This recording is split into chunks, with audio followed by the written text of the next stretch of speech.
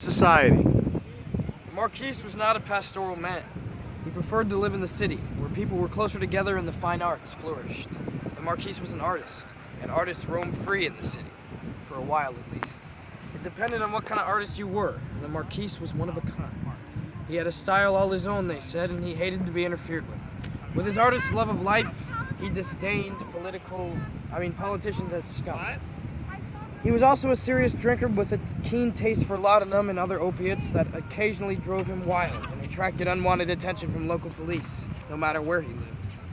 They always interfered, even in Paris, and soon he came to hate them, even fear them, when he saw that they not only hated his art, they hated him, and they wanted to lock him up, which they did more than once, and even when he was loose, they hounded him.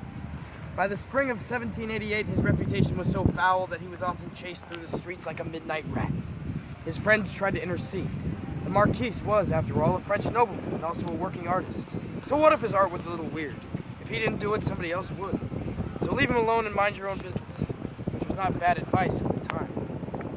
The law enforcement in Paris had been pretty stable for that most of that century, but in the final years it got strange. The police no longer feared.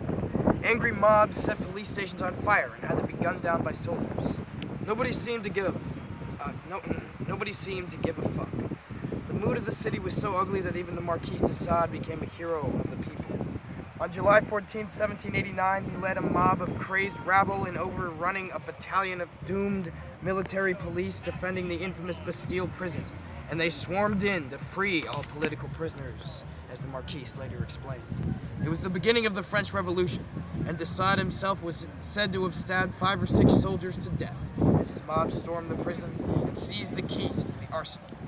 The mob found only 8 political prisoners to free, and 4 of those were killed by nightfall in the savage melee over looting rights for the guns and ammunition. And that is the story, folks, of how the Marquise de Sade was finally forced into politics. They pushed him too far, so he decided to control his environment. And the moral of the story is to never lean on the weird, or they will chop your head off, and perverts will eat your brains. Take my word for it, Bubba. I am an expert on these things. I have been there. Long live Dr. Gonzo! Dr. Gonzo. Hunter S. Thompson, Raoul Duke. Infinite wisdom. Read more books.